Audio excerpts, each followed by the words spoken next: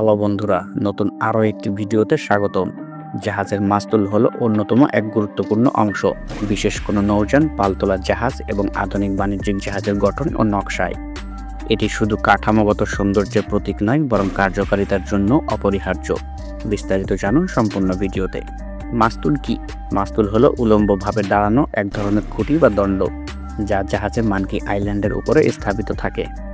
প্রাচীনকালে এটি কাঠের তৈরি হতো, আধুনিক জাহাজে এটি স্টিল, অ্যালুমিনিয়াম বা কম্পোজিট মেটালের হয়ে থাকে। মাস্তুলের প্রধান কাজ কি? পালতোলা জাহাজে মাস্তুল পালের কাঠামো ধরে রাখে। নাবিকেরা মাস্তুলের মাথায় উঠে দূরের শত্রু জাহাজ, ভূমি বা বাধা চিহ্নিত করে। আধুনিক জাহাজে মাস্তুলের রাডার, অ্যান্টেনা, নেভিগেশন লাইট, সংকেত পতাকা, সাইরেন ইত্যাদি স্থাপন করা হয়। জাতীয় পতাকা, কোম্পানির পতাকা, পাইলট পতাকা বা যে কোনো সংকেত পতাকা উত্তোলন করা হয়। রেডিও, অ্যান্টেনা ও স্যাটেলাইট সিস্টেম বসানোর সুবিধাজনক স্থান। মাস্তুলের প্রকারভেদ দুই ধরনের: পালতোলা জাহাজের মাস্তুল এবং আধুনিক জাহাজের মাস্তুল। পালতোলা ও আধুনিক জাহাজের মাস্তুলের আলাদা ধরন রয়েছে। পালতোলা জাহাজের মাস্তুল থাকে তিনটি অংশে: ফোরমাস্ট অর্থাৎ সামনের দিকে, মেইন মাস্ট অর্থাৎ মাঝখানে সবচেয়ে উঁচু মাস্তুল, মিনেজ মাস্ট অর্থাৎ পেছনের দিকে। আধুনিক জাহাজের মাস্তুলের দুইটি অংশ: ফরওয়ার্ড মাস্ট জাহাজের সামনের অংশে, সাধারণত নেভিগেশন লাইট ও পতাকা বহন করে।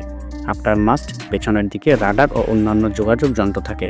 আধুনিক মাস্তুলে থাকা যন্ত্রপাতির মধ্যে অন্যতম হল রাডার স্ক্যানার, যা অন্যান্য জাহাজ বা ভূমি শনাক্তকরণে ব্যবহার করা হয়।